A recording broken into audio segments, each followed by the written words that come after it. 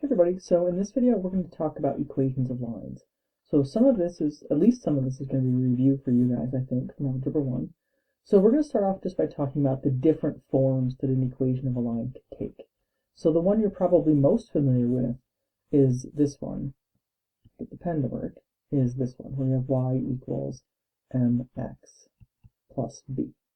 So this is one you've seen a lot and probably worked with a lot in Algebra 1. So this is what's known as slope-intercept form.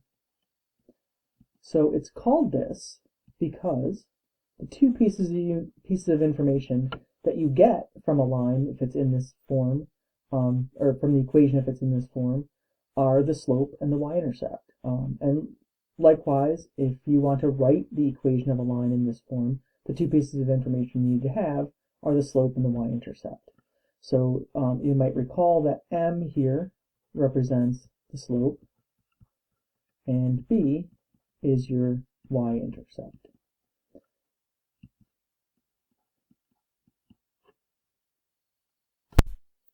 And so related to this are equations of lines that are vertical and horizontal. So if we had a vertical line,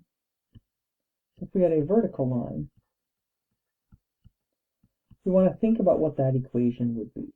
So a vertical line, right, here's your axes, your x and y axes. And so a vertical line would be something like this, right, up and down. So we're going to think about what that line, the equation of that line would be. So it's very easy to get the vertical line and horizontal line equations mixed up with one another because in some ways it seems a little bit counterintuitive. So what you want to think about here is, let's think about some points on this line. So let's say that has an x value of 10 and a y value of 5. And then some point down here will have an x value of 10 and a y value of maybe 2. And then something down here will have an x value of 10 and a y value of negative 6 maybe. And what you'll notice here is that the x values are all the same for everything on a vertical line. The x value is always going to be the same. So that means that for a vertical line, your equation is always going to be the form x equals some number. So b is just some number. And that's, if you want to think about it this way, if it's on a vertical line, it's kind of like you're traveling up and down in an elevator, but you're not allowed to get off and wander around the floors. You can go to any floor you want, but you can't get off and wander left or right. So that means that x is always something constant. And then similarly, if I had a horizontal line, now in a horizontal line, you're stuck on one floor, right? You can't travel up and down. You can just travel left and right. So in a horizontal line would look something like this, right? So it might be here. And again, if you take some points on this line, what you'll notice, if I tell you that this point right here is negative 6, 3. This point right here, you already know the y-coordinate of that point. So maybe it might be negative 3, 3. And this point out here is going to be maybe 3, 3. So what you're noticing here is that the y value is always the same. So you're free to travel left and right all you want, but you have to stay on that floor. You have to stay, in this case, you have to stay on the third floor. And you can go to any room on that third floor that you want, but you can't travel to other floors. So you're stuck at y equals 3. So here, this is going to be of the form y equals some number, we'll just call it c. So these are easy to mix up with one another because it feels like this should be a y equals because it's parallel to the y-axis. And over here, this is parallel to the x-axis. So it feels like this should be an x equals. But one thing to keep in mind is that the equations of your axes, we label them x and y, but the equation of this axis is really y equals 0. And the equation of this axis right here is really x equals 0. So this, the y-axis is really at when x equals 0. So it is consistent even though it may seem inconsistent because of our axes, the way we label our axes. All right, and then our next form that we're going to look at is the second most common form for the equation of a line, and that is the point slope form. And as you might guess from the name of it, the pieces of information we get from the equation when it's in this form is we get a point on the line and we get the slope. And likewise, if we wanted to write, if we had information, if we knew a point on the line and the slope of the line, we could write the equation in point slope form. And in many ways, this is far more useful than the y-intercept form, or the slope-intercept form. Because for the slope-intercept form up here, you have to have a very, very specific point on the line. You have to know that point that lands on the y-axis. And then from there, you can write the equation, or you could graph it, right? Because once you know a point on the line, then and the slope, you can go ahead and count the slope off. So here, you just know a very, very specific point. Down here, you can know any point whatsoever and use this one. So this one, in many ways, is much easier to use and far more useful. So let's take a look at what this looks like and where it comes from. So here's what it looks like. It's going to be y minus y1 is equal to m times x minus x1. So m is still the slope here. So m is still the slope, so that doesn't change. And then the point not y1, the point x1, y1. This is a point on the line. So this again could be any point on the line. So when you're plugging in here, you're only plugging in numbers for here and here. And this equation, by the way, comes directly from the formula for slope. So if you think about slope is right, y minus y1 over x minus x1. And so what's happening here is if we take this equation and we just multiply both sides, we're going to multiply both sides by x minus x1. And over here, we're going to multiply by x minus x1. And what you'll get is you'll get y minus y1 is equal to m times x minus x1. So this form comes directly from the formula for slope. This isn't anything you need to know. It just I just like to show you where things come from when I can. So you'll notice in both this equation and this one, we have just a plain old y and a plain old x. And then you're going to be plugging in numbers everywhere else. So in this form, you're going to plug in a number for m, and you're going to plug in a number for b. And then down here, you're going to plug in three numbers. You're going to plug in a number for the y-coordinate of the point on the line, the slope, and then the x-coordinate for the point on the line.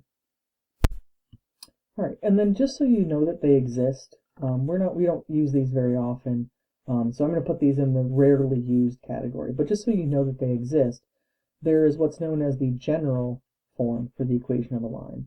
And that is ax plus by plus c equals 0. And like I said, this is very rarely used. And in fact, these numbers don't even, like I can't even look in this equation and say this thing's the y-intercept or this is this. So these aren't any, a, b, and c aren't anything special that I could point to. So there's really not much to talk about when it comes to sort of that general form for the equation of a line. And that's really why it doesn't get used very much, because A, B, and C don't represent anything in particular. And then the other one is what's known as intercept form. And again, this gets used very, very rarely. But it's good to know that it exists. So this one is x over A plus y over B is equal to 1. And in this case, A and B actually do have meaning. So A is the x-intercept, and B is the y-intercept. So what this one's getting you essentially, if you have the equation in this form, what you're getting out of here are 2 points on the line. And if you know 2 points on the line, then you could go ahead and graph it very easily. So those are the different forms for the equation of a line. We're going to focus predominantly on these first two. And then we're probably going to use this one more than any other because, again, this we can use this one as long as we have any point whatsoever on the line and then the slope. And we can even use this one if we know 2 points on the line because we can use those 2 points to find the slope, and then we can use either one of those points to write the equation of the line. So let's take a look at some examples. All right, so here are 3 examples for you. So what I'd like for you to do right now is pause the video, see if you can write these equations, and then when you're done writing the equations, come back and we'll go over it. All right, so for the first one, just be careful here because this is the x-intercept and not the y-intercept. So we'll think about here, if the x-intercept is out here at 5, what you're given here really is the 0.50. So what we really have here is the slope and a point on the line. So we want to use is this equation. This is going to be the easiest one to use. There are ways around this. You can use this one. You probably learned in Algebra 1 how to go from the slope and then plugging in something and figuring out what the y-intercept has to be. And you're certainly welcome to do that. But this equation right here is set up and built right for a problem like this. So here, all we're going to do is go ahead and plug in. So we've got the point on the line, that's the 0.50. So what this right here is, that's our x1, and this is our y1. So when you're plugging into this equation right here, we're going to plug 0 in here. So we're going to have y minus 0. And then we're going to put our slope here, and then x minus our x1, which is 5. And then you won't actually leave it like this because y minus 0 is just y.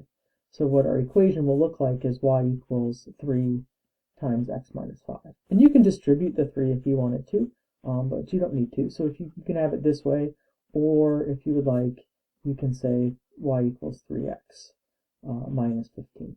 But leaving it this way is perfectly acceptable. And in fact, I would suggest that you leave it this way unless you had to convert it for some reason. I would go ahead and leave it this way because, if you make a silly mistake when you distribute, you went from full credit to not full credit. And you did something you didn't need to do.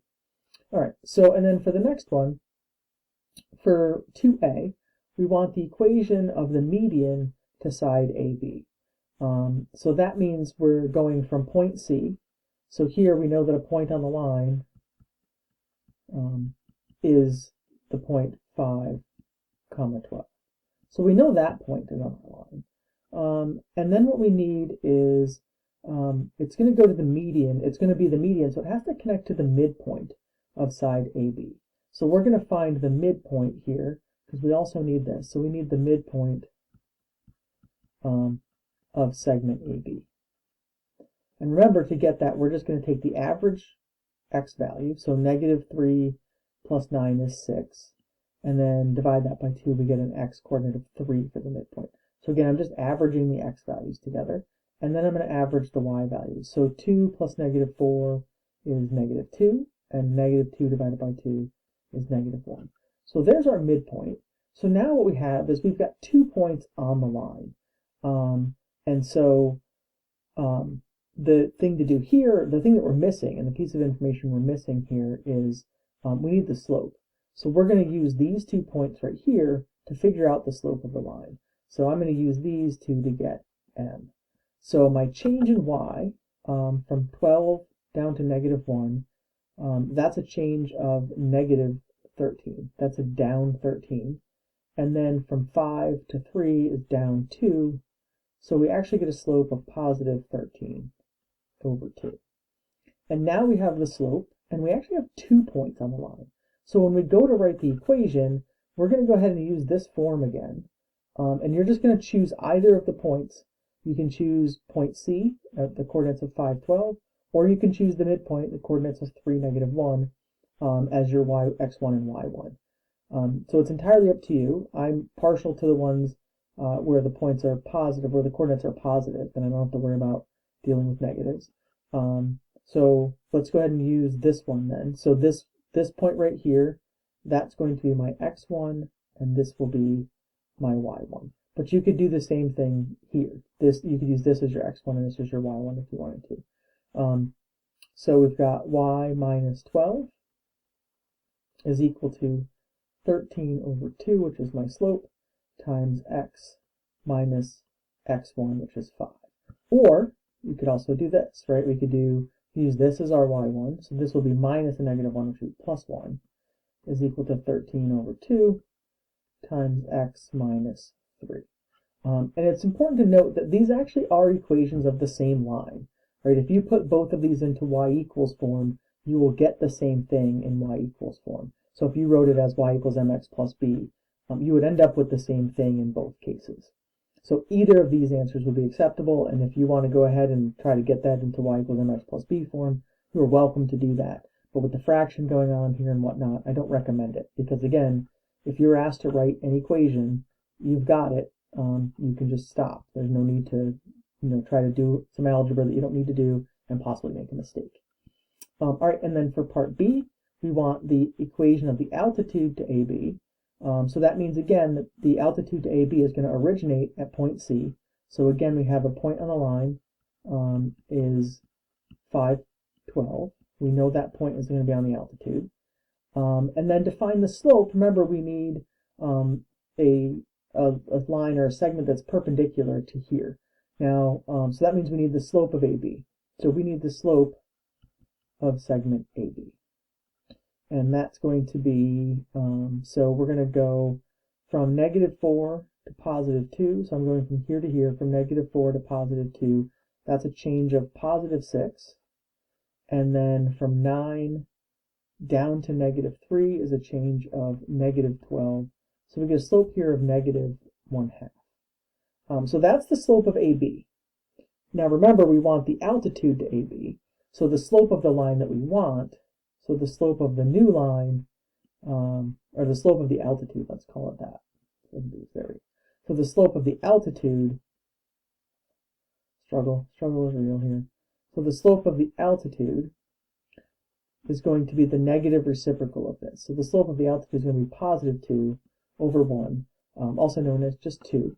So now again, I've got a point on the line, and I have the slope, so I can go ahead and write my equation. So my equation is going to be y minus 12 is equal to 2 times x minus 5. So that would be the equation of the altitude that runs from C to AB. So in all these problems, it comes down to, you're going to need the slope. So sometimes you have to use the information in the question to figure out the slope. And then again, the vast majority of the time, you're going to be using this one because you're going to have a point on the line that's not the y-intercept.